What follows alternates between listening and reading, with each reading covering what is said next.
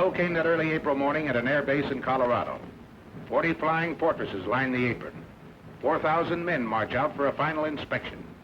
They've trained long and hard with these ships, the 400 men who fly them, and the 3,600 who work to keep them flying. Now the 351st Bombardment Group is ready. By the dawn's early light, it assembles for overseas combat. You're on your way, Joe. This is it. With his staff, Colonel William A. Hatchett, Jr. looks over his 4 squadrons.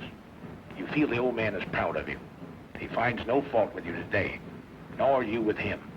You'd fly his wing to hell and gone. Sergeant Philip J. Halls, top turret gunner from Springfield, Missouri. He feels that way. So does his pal Kenny, Sergeant Kenneth L. Halls, ball turret gunner from Perkins, Oklahoma. Related? No. They think they might have been several generations ago back in Germany, but now, just 2 guys with the same uncle, Sam. Meet their pilot, Lieutenant Theodore Argyropoulos of Redding, California. Argy's brother is in the Air Corps, too. Their dad was born in Greece. Yes, the Greeks have a word for it. Fight. Their bombardier, Lieutenant Daniel F. Stevens of Chicago. He can bat 1,000 with a Norton bomb sight. Sergeant Paul J. Posty, ball turret gunner. His dad came from Italy. Paul was formerly a pastry cook. He's got 1 brother in the Navy. Another, a Marine, missing in action. Here's Sergeant Tim Tutchet, tail gunner from Mariana Lake, New Mexico. On the reservation, they named him Aki. That means boy in Navajo. Uncle Sam's boy, too. A few last-minute instructions, and we're off. The compass points northeast. Take another look down there. That's your part of the earth. Out of that desert, those mountains, those fields has grown the American way of life.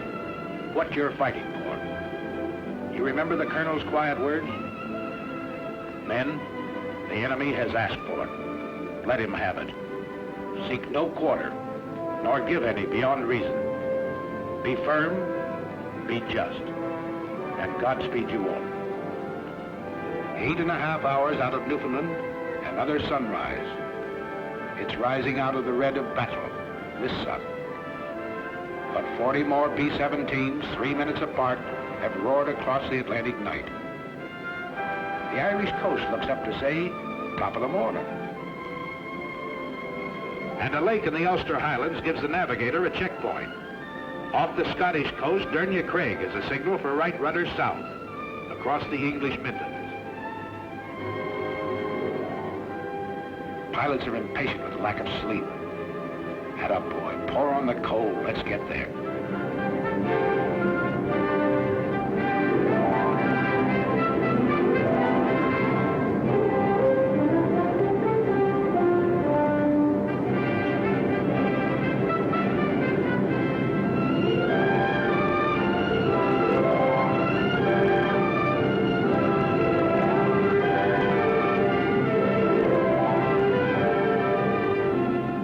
Must have been a lot different when the wings carried swastikas instead of these big white stars. Don't worry, folks. We're dropping nothing today, just our hats in the ring. Hello, Missy. We brought something for you and brother. Chewing gum and chocolate bars. And there's a crate of oranges in the ball turret. Ah, there, Grandpa. We'll be seeing you for a glass of that. And there's the base. 400 acres of dispersal areas. The RAF is on hand to welcome us. Set her down, Colonel. Set her down.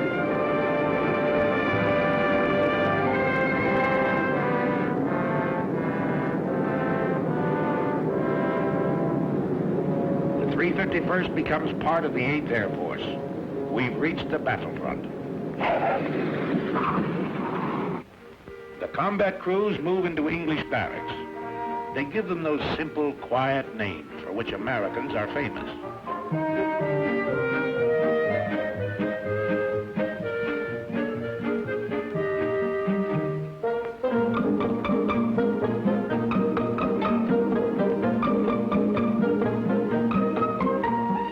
Later, the ground crews arrive. Hiya, Gus. Great boat trip, huh? Only 7 days and without any escort, too, See any submarines? Oh, 100 of them, huh? Well, I guess you ought to know, Gus. They tell me you was hanging over the rail all the way. Next day, big doings. Class A uniform. Shine those buttons.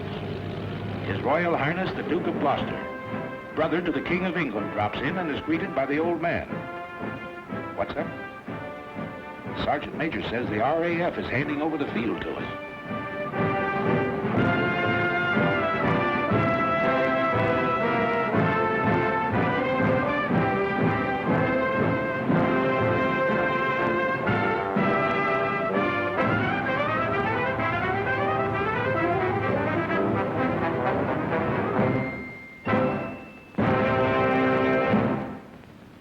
On behalf of the Air Ministry, I hand over this aerodrome complete with buildings and equipment for your safekeeping. It gives me great pleasure to accept this station on behalf of the United States Army Air Force.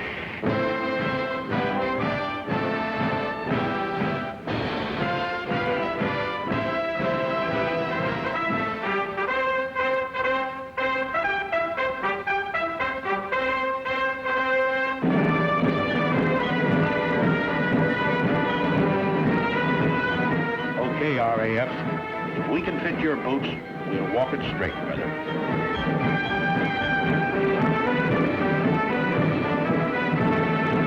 Another surprise visitor. General Arnold himself doing a world inspection flight. He tells you you've got a tough assignment. This is one head man who knows and doesn't kid you. We have the privilege to meet General Aker, Commanding General, 8th Air Force. All right, thank you, sir. Yeah, glad to see you. How are you coming to this camera training film of yours? Well, it's a little early to tell yet, sir, but we're turning a camera on everything and everybody. Well, I know what General Arnold had in mind in having you make this gunner a picture. Captain Gable, our gunners are already the best in the business.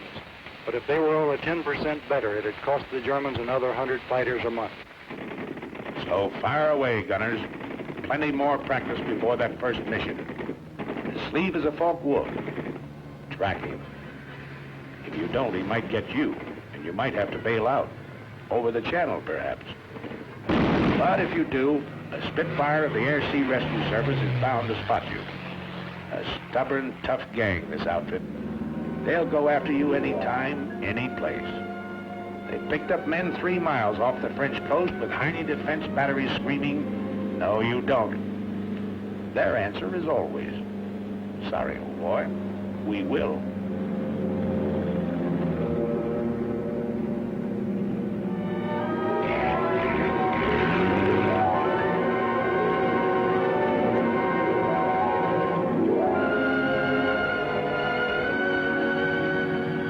Work on your identification of aircraft. Over here, it's with a real McCoy, such as this captured Ju-88.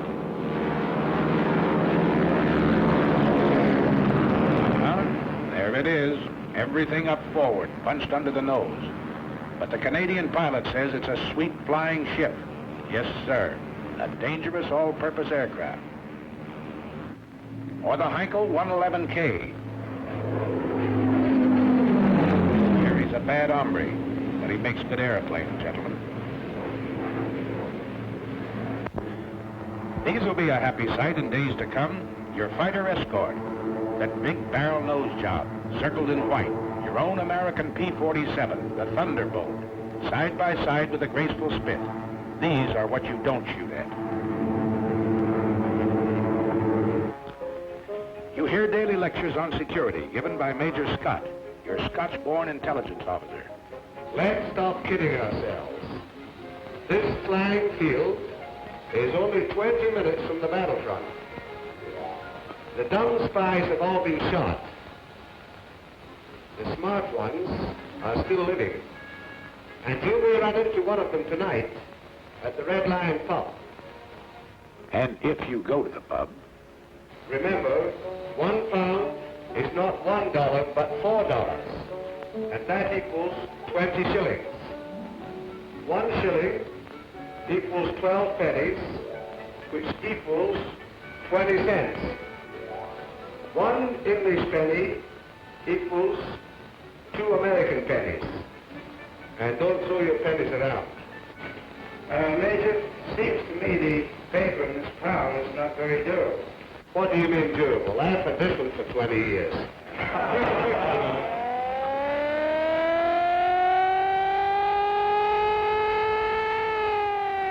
What is it, Fred?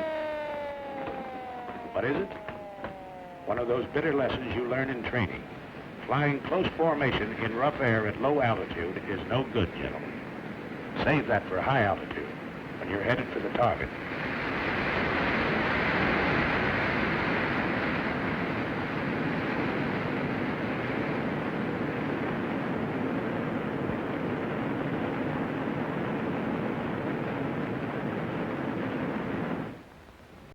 Next morning, we crawl out of the sack to find Britishers on the field again. Big Halifax bombers that had blasted Berlin during the night. Their own field was closed in by weather, so they dropped in on us for breakfast. Say, Percy, how's the yak-yak over there? Rough? Oh, not half bad, Yank. Well, cheerio, lads. Thanks for the ham and eggs. So long, Percy, old boy. We'll be finding out for ourselves one of these days.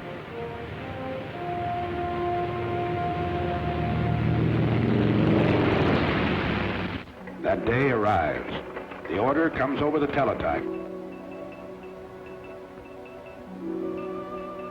The communications clerk carries it to Colonel Milton, operations officer. To Colonel Burns, deputy commander. The old man is on the phone. Then in the briefing room. I'm summarizing. Remember your route in to this DR point where you go northeast to avoid this black area. P-47s will escort you to about this point on the way in, and Spit 9s will meet you about here on the way out and escort you all the way home. And now the weather officer. Weather's plenty important. You'll probably have to go over and above the altitude that you're scheduled to fly, 23,000 feet. From the IP to the target, the winds will be very strong tailwinds, and your ground speed should be well about 260 miles an hour. The visibility is good everywhere east of that cold front, and the temperature at the target should be comparatively warm, minus 25 degrees centigrade.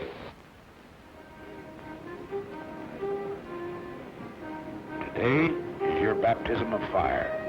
If Lieutenant Argyropoulos ever felt responsibility, he feels it now. In the armament shop, his crew is picking up their guns.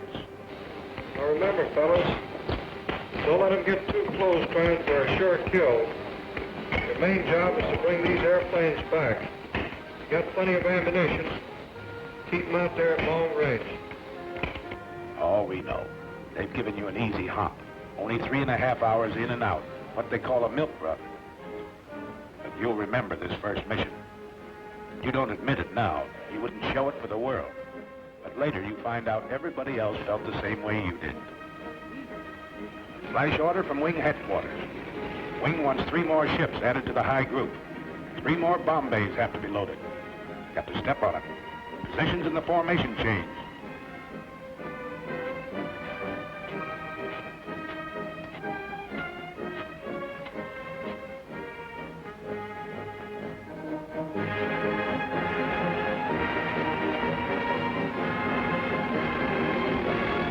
This doesn't concern Sergeants Kenny and Phil Hulls. Gunners think only of smooth-working guns and plenty of ammunition. Ammunition's cheap. 6 cents worth of .50 caliber wanged into the cockpit of a Messerschmitt. That's what will bring you home. What did that weatherman say?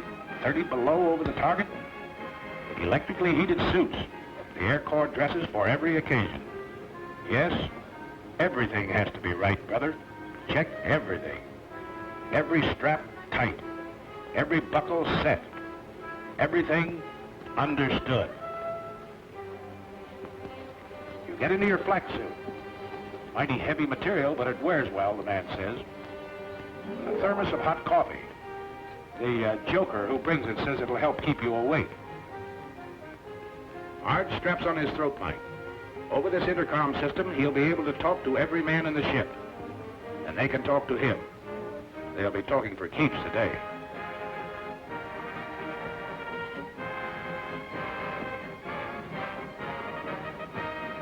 Well, that flare from the tower ought to be along any minute now. There it is. Start engines. Colonel's already been on missions with seasoned outfits. Today, he leads you on your berth.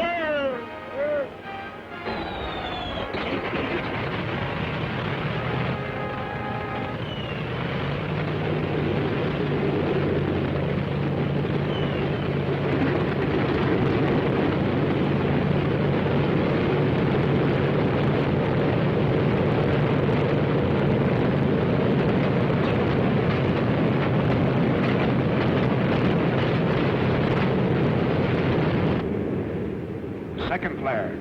Start taxi.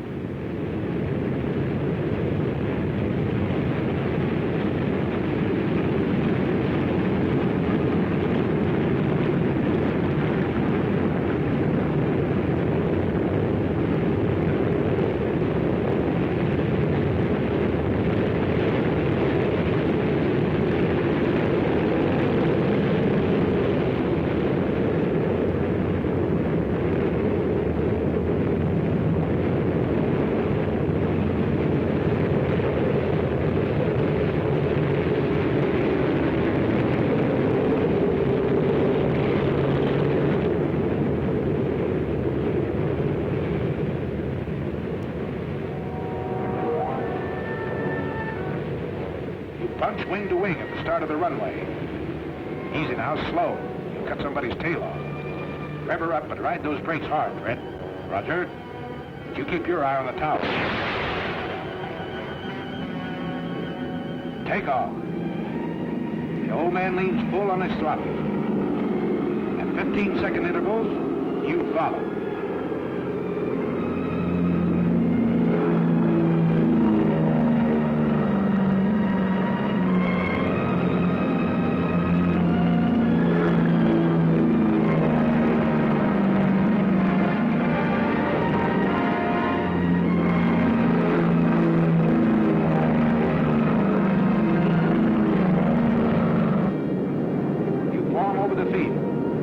You're on your way.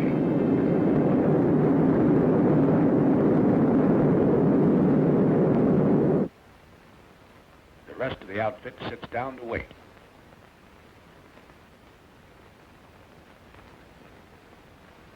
Go ahead, Mike. Your deal. Come on, I cut. Oh, okay. What time are they due back, do you know? Scotty said around 5:20.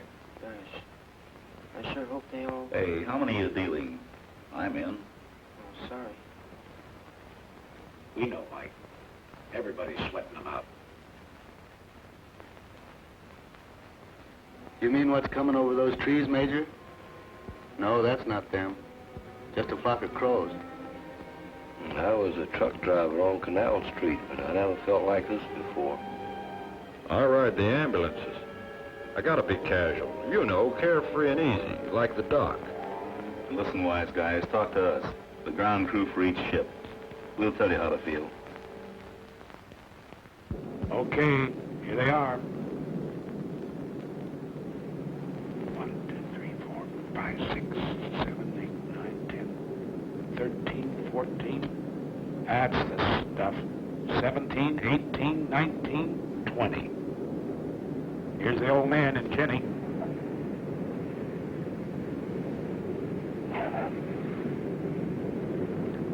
Yeah, that's your ship, Corporal. You can uncross those fingers now.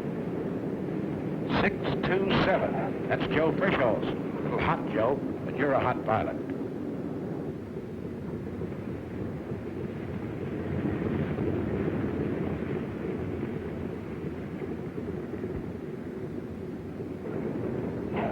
Here's Kegel in 742. Chalk him up. Here's old Zip in 879. He's got number 4 prop feather, too. Here's 953 with number 2 out. And look, Jim couldn't get his bomb bay doors closed either.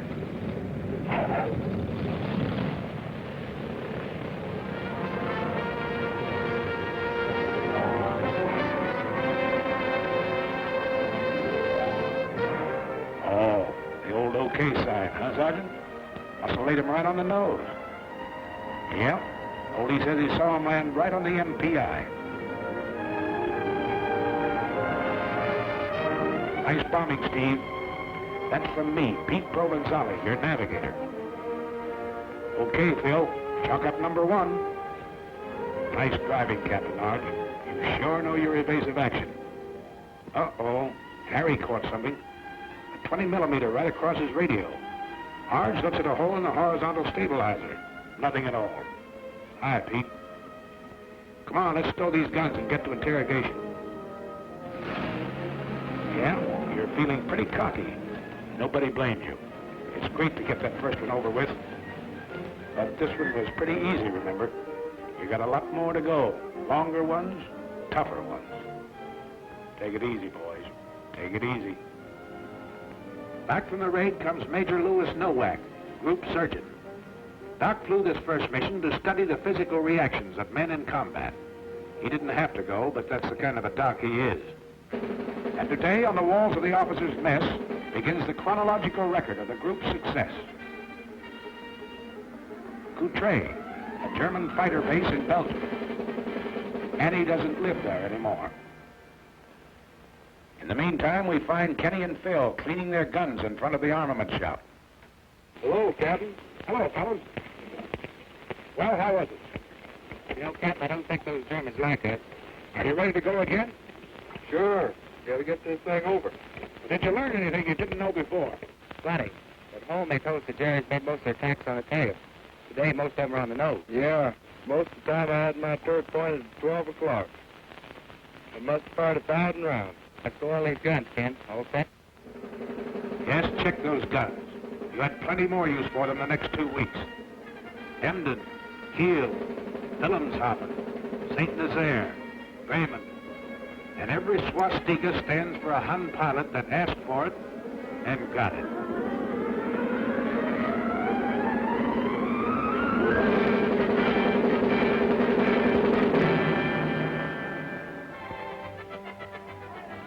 Came days when enemy targets were hidden by weather. So the more energetic of you found relaxation in peaceful combat. While the more studious men discussed tactical charts and maps, or something. Could you give me a pound again? But the more cultured of the group, like Kenny and Phil, went into the nearby villages to visit the quaint old cathedrals, churches and shops in the English countryside surrounding us. Or on days when they were confined near the base, the old cathedrals and shops would come out to see them.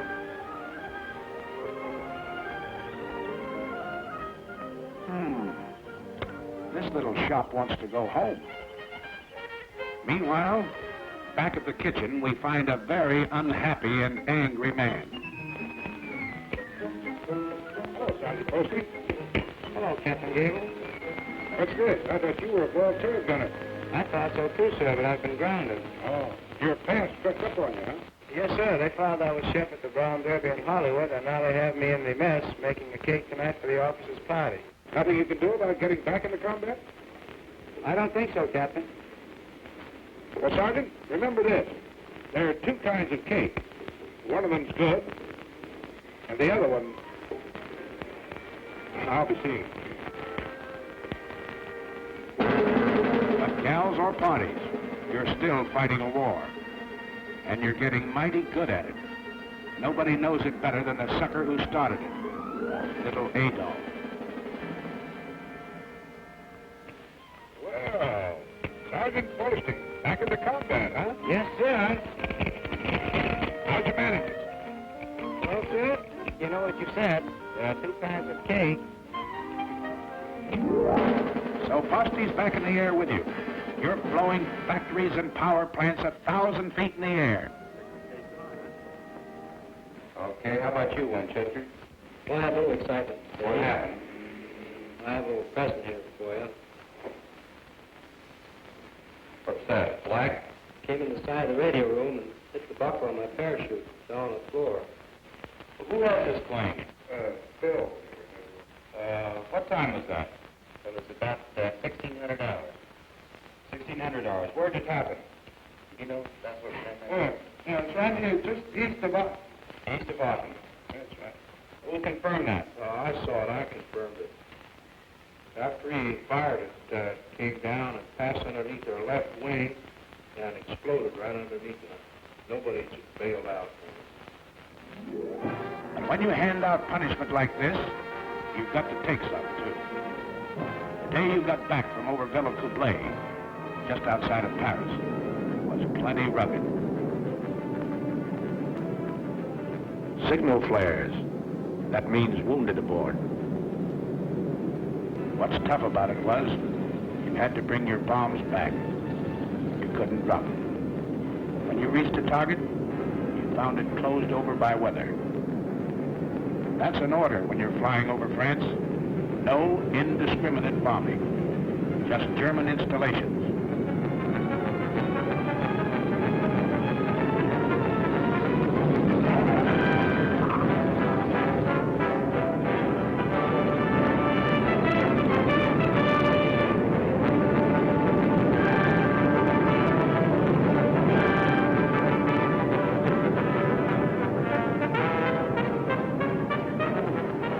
Colonel Milton, who led the raid, is a tired, sick guy this day, and nobody blames him. He had to fight his way 3 hours in, 3 hours out, under constant attack by over 200 Messerschmitts and Focke-Wulfs.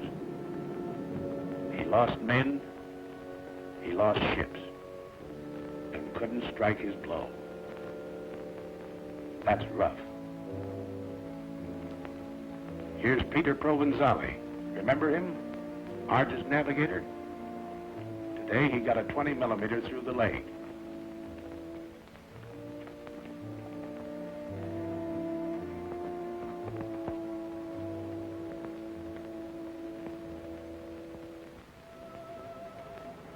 Control cable shot in two, but some wounded gunner wouldn't quit. He tied them together.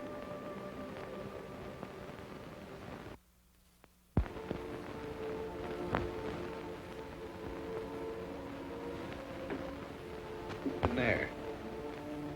Both waist gunners, huh? The docs are working on them now. One's pretty bad.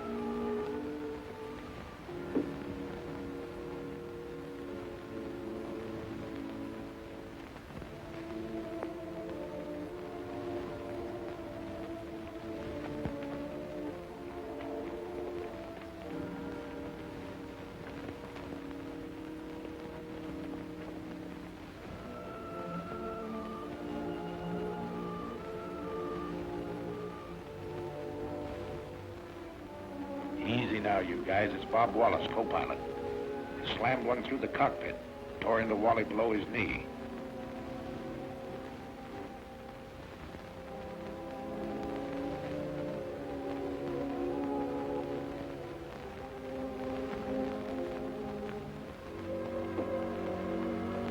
Bulletproof glass.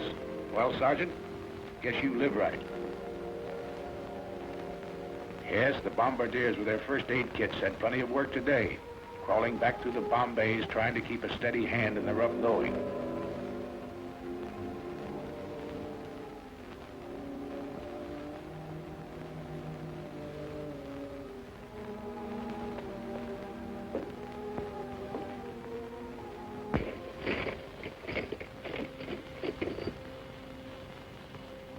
Many of your pals left you that day.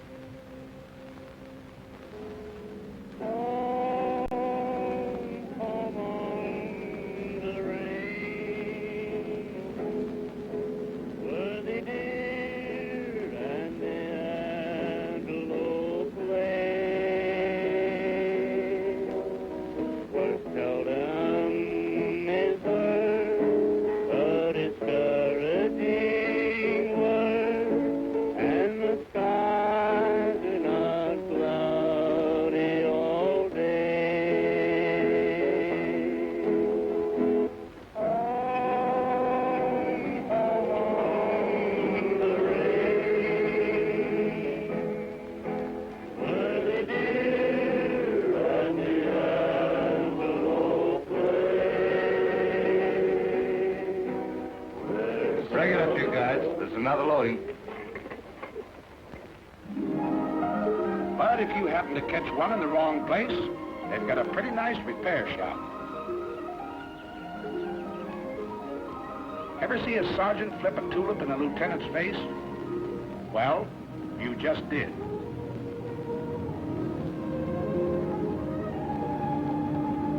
Yeah, while the gang at the base carries on, you can take it easy for a while.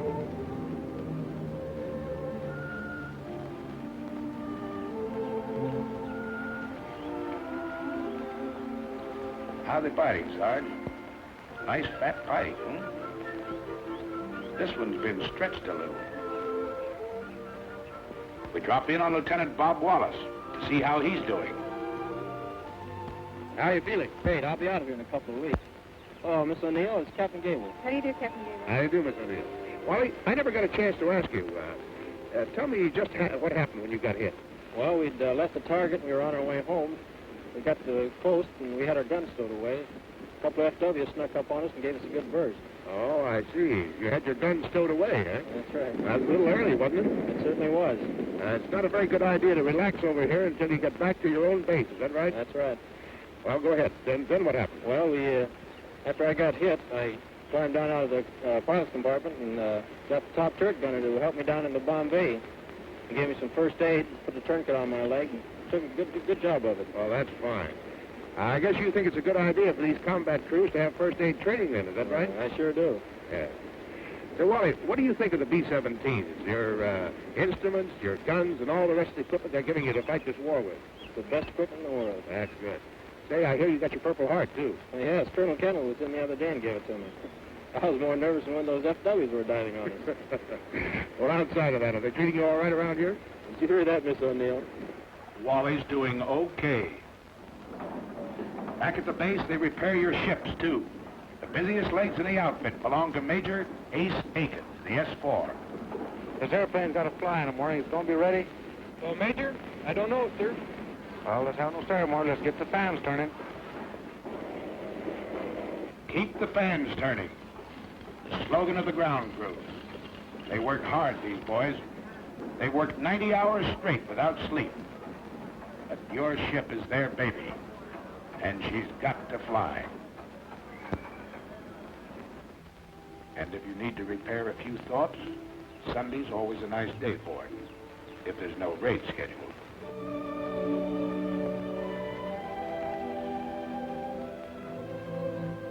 What do you know, kid? This church was built 900 years ago.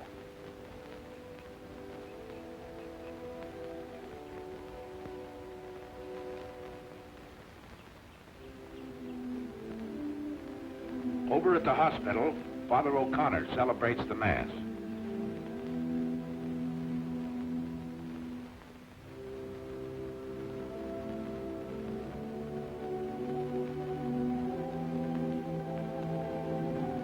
The boys receive Holy Communion. Here's Pete Provenzale. He's leaving the hospital tomorrow.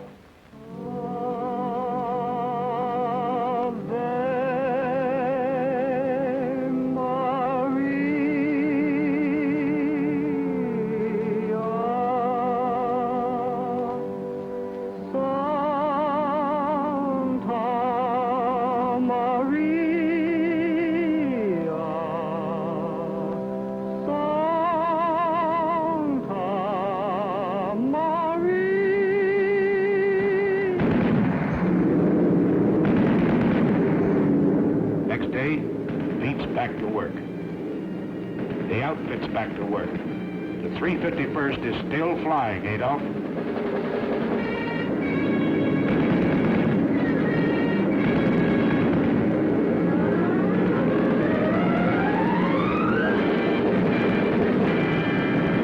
Attention orders. General Orders number 93.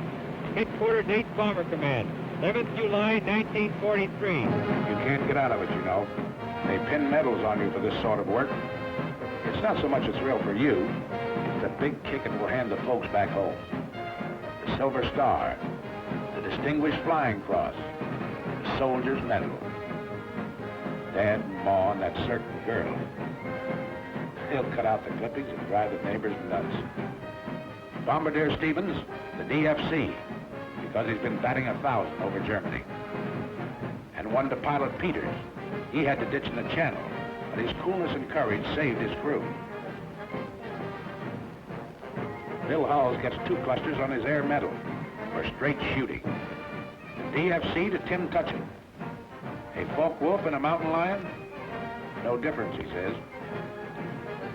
The control wires were shot in 2. So the DFC to Sergeant Del Conte, who tied them together, his hands punctured with flak. A Silver Star finds itself next to Provenzali's Purple Heart. He refused first aid till the Jerry fighters quit and stuck to his gun.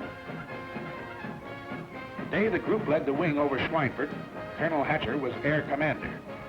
To him, the Silver Star. And the DFC to Kenny Hulls. Colonel Gross is smiling because Kenneth was having a Coke in the PX when his name was called. Are you forgetting your 5 confirmed Jerry, Sergeant? We're not. And they don't forget you when you're a little battle-weary and need a rest.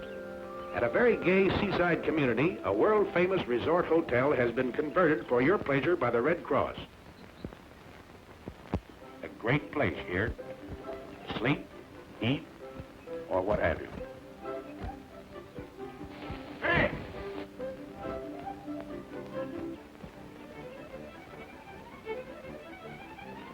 Not on your life, Clark. None of that here. Oh, but look, ours, just a few shots.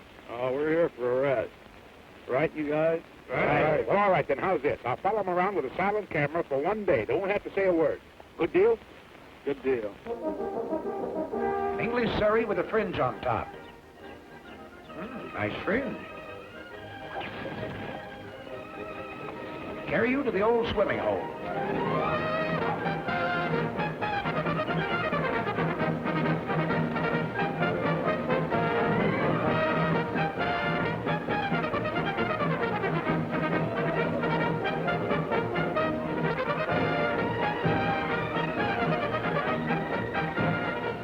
Let down your flaps and slide in.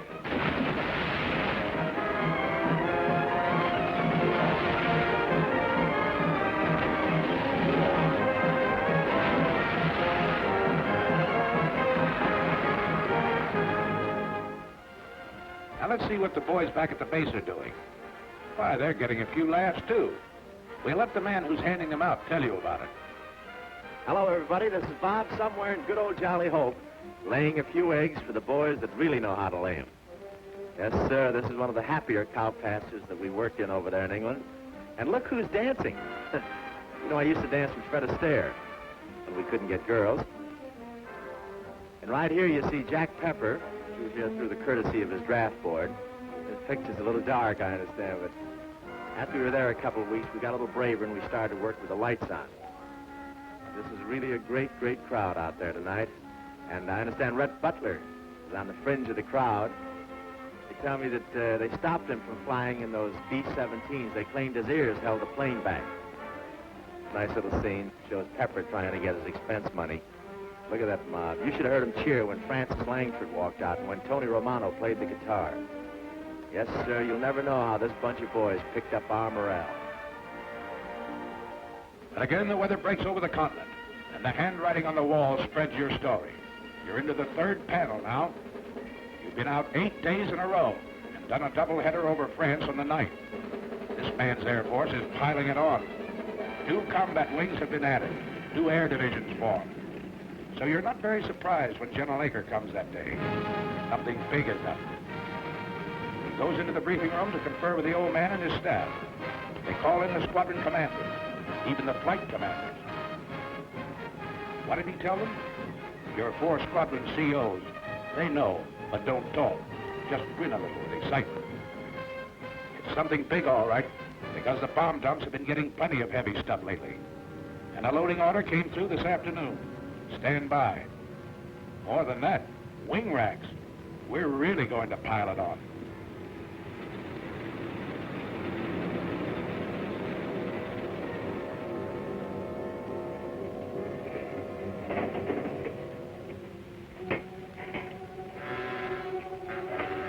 That night, As always, when you know a real dilly is coming up, you're a little restless. Out in the dispersals, you hear them winding up those engines.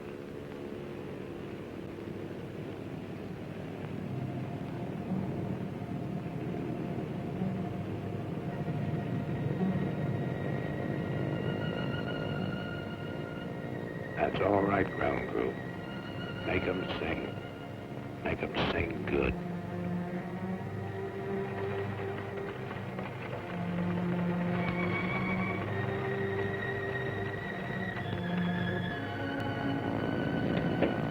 All right, you guys.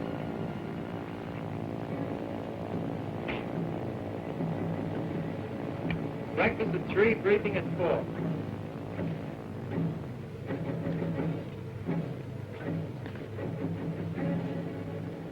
Okay, man. For security's sake, anyone know what the target is for today? St. Nazaire? Brussels? Paris. Oh, we'll see. All right, Sergeant.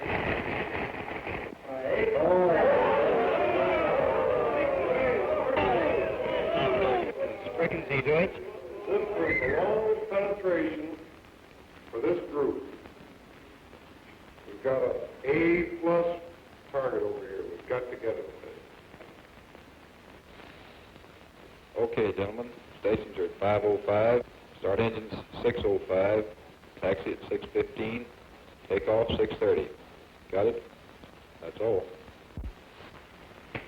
Okay, man. Let's go get this target and then we'll take the jab.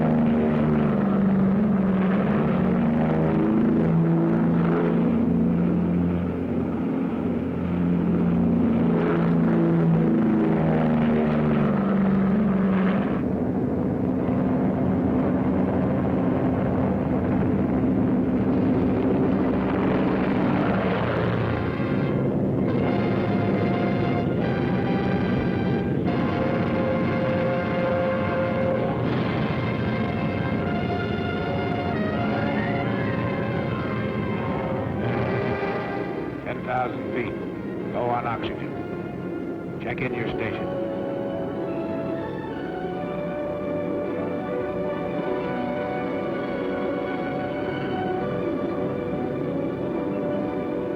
At the designated splicer point, still over friendly territory, rendezvous with other groups. Your combat wing banks into position. Then wing after wing, as far as the eye can believe, the attack formed. It heads for its assigned targets 500 miles away. Up until this moment, your fighter escort is still on the ground, guarding its limited fuel capacity. Now flight control gives a signal to the Thunderbolts. They climb upstairs to overtake you.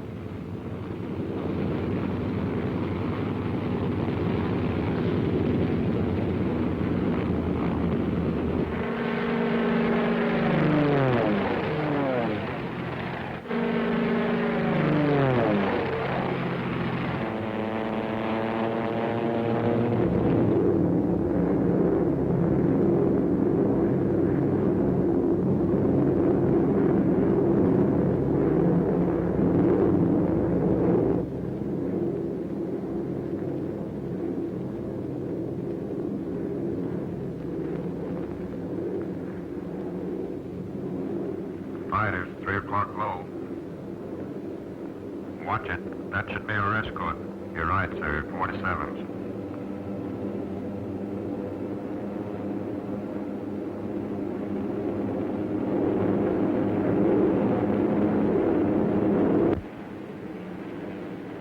Pilot to crew. Pilot to crew. Over enemy coast. On the ball, you guys.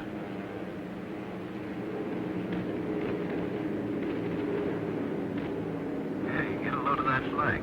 Can't that load any higher than that? Where do you want to have it? In the bomb bay? Why don't you lean out and smell it? That's right, you guys. Laugh it off. Right now, a bum joke goes better than 2 fingers of rye. Around 3 hours out, Arge looks at his watch. He knows it's time for the fighter escort to turn back. From all over the ship, you watch them leave. You're really on the ball now, because you know that enemy fighters will appear any minute. They know exactly where you are. They've been watching the stratosphere condense off your wingtips, giving you away in long trails of magnificent treachery.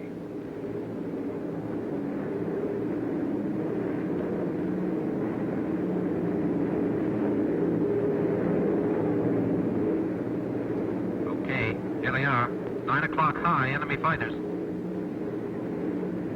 Same thing at 3 o'clock. Yes, at least those vapor trails work both ways. Arch watches the enemy formations as they parallel your course. Seems obvious. They're staying out of range, going out ahead to turn in for a frontal attack high. All turrets swing about to help guard the rear. Top turrets hunt the sky above in all directions. There's some more out there. Keep your eyes peeled. Now it comes. The enemy pours in at you from every point on the dial.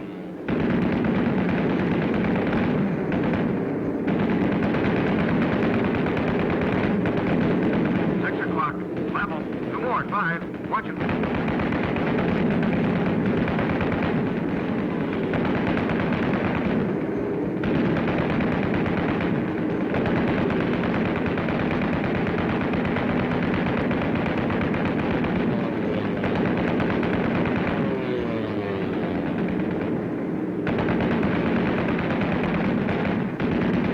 Get that one at 3.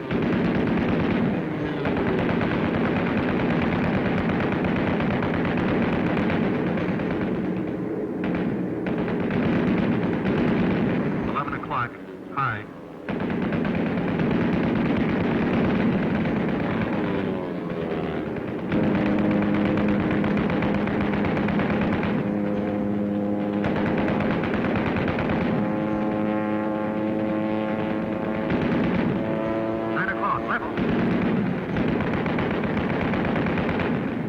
No, he's going low.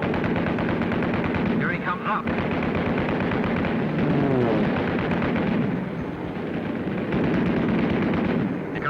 Wingman, smoking on number 4. He's going out and down. Check the chute, you guys.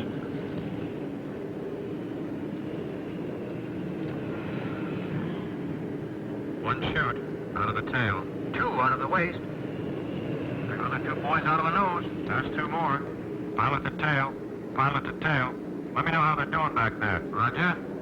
Fighter, 6 o'clock. Coming through.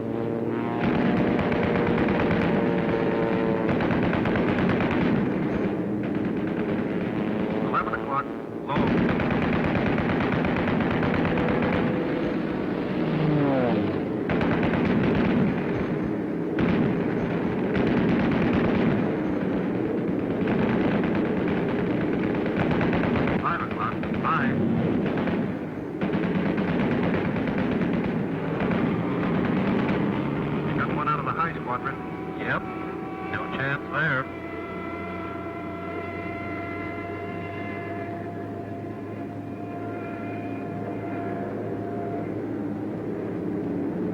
Two 190s, high.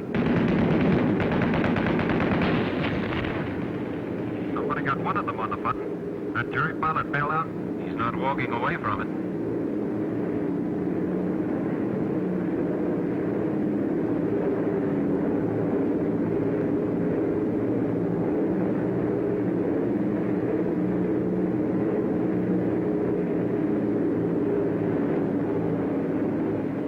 Still they barrel in at you. A little short on heart, plenty long on guts, this enemy.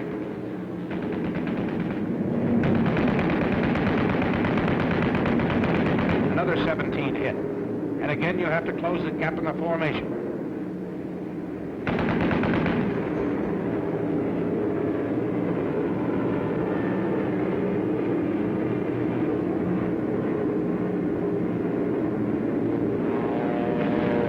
Again and again they come. 12 o'clock high, 4 o'clock level, out of the sun, and up from the ground.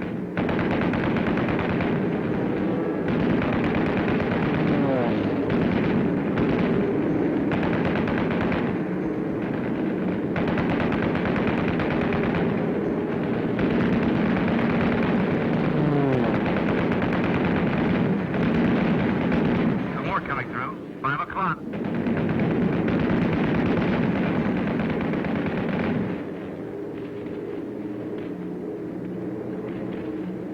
Crossing another flak area. It's heavier this time, so black and thick you can almost hear it, and it's more effective.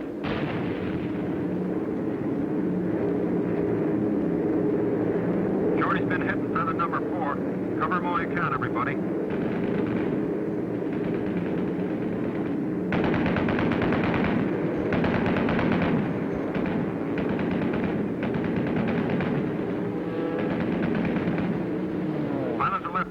Pilot to left waist. There's another one working Shorty over. Can you help him? No can do, sir. Out of range.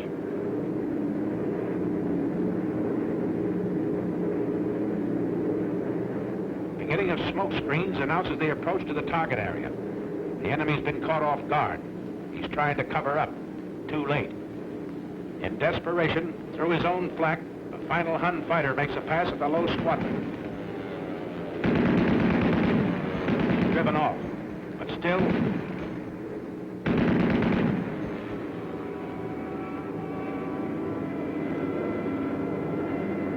Did a fighter or flak get that ship? Flak, I think.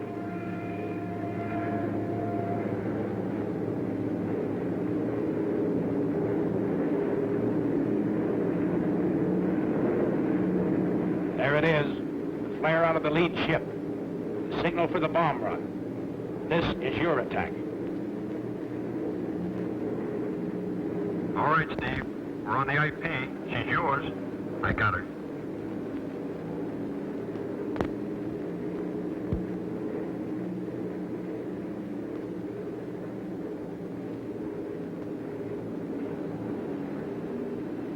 Bombay doors open.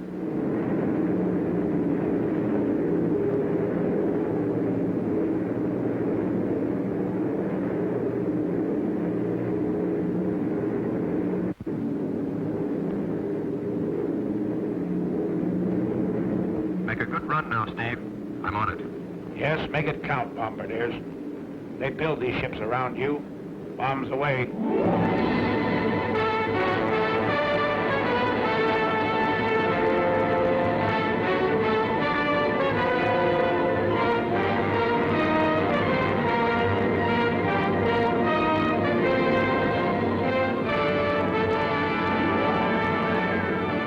The lead group picks out its MPI in the dock area.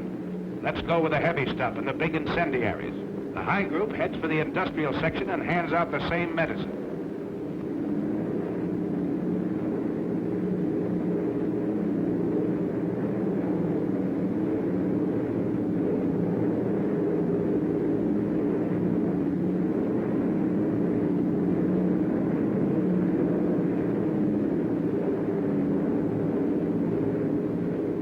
The low group turns for the adjacent airdrome. It blasts the field, the hangars, and repair shops with hundreds of deadly anti-personnel bombs.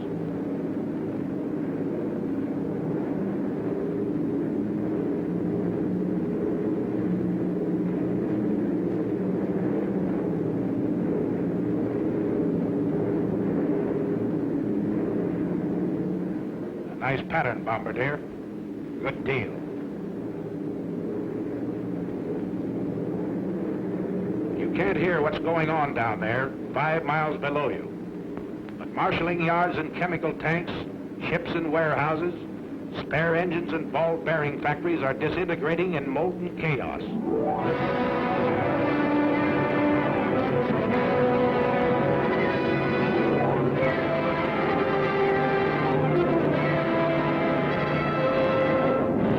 It's thunder out of the Alleghenies, Adolf. You said Americans were soft and decadent? Well, here's a red, white, and blue headache that'll help you change your mind.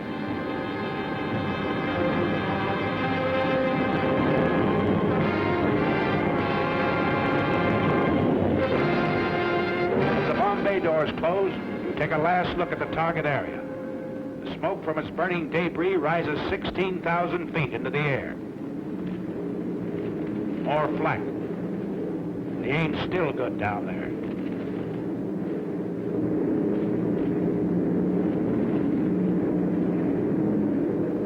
How about this trip home? Is it going to be rough? Pilot to crew. Pilot to crew. Well, you guys, we're over an hour out. They haven't come back at us yet. Looks like we're lucky this trip. Enemy fighters, 11 o'clock high.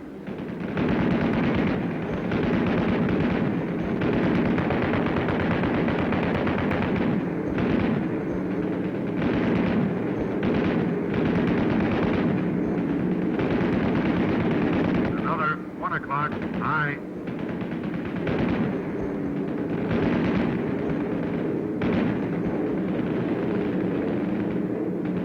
Coming level to 3.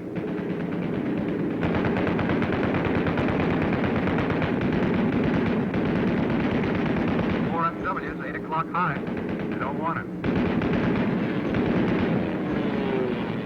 ME, 110, 1 o'clock high.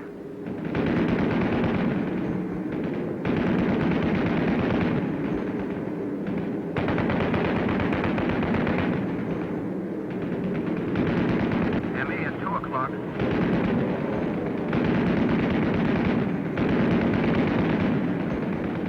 I got him. I'll say you did.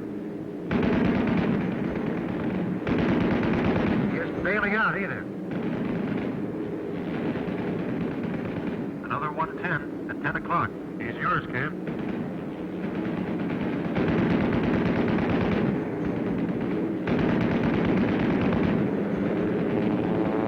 There he goes. Here's my pigeon. Staffel commanders throw their pilots into formation with suicide orders. That's what they get. Formation is tighter than ever. You're not sparing ammunition. You're knocking them down like mallards. One more.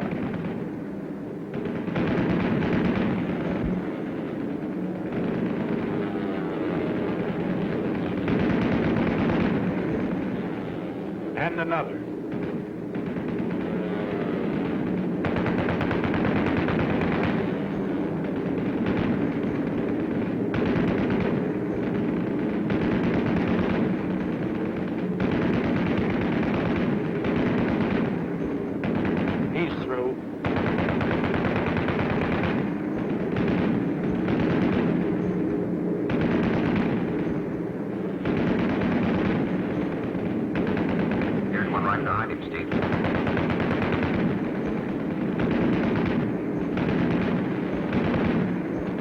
Another. 2 in a row for the boys up forward.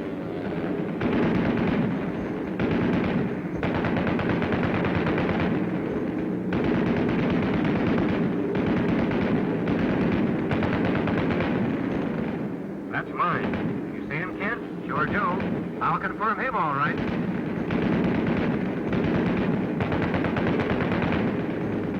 Get this 110. Pull her up, Mark. Pull her up.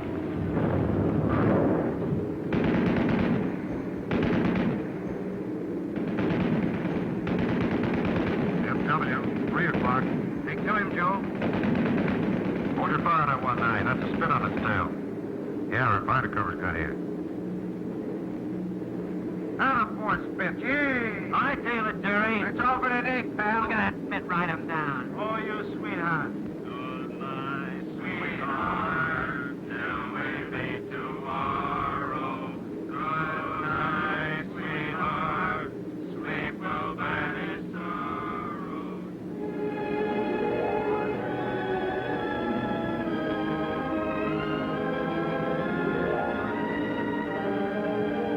Your shadow on the undercast. The pilot's rainbow. Mission's end, but not the end of the battle. Fighting men from Maine to California still have a long, tough rainbow to travel. But they're looking the enemy right between his eyes. They're fighting him the American way, their American way of life.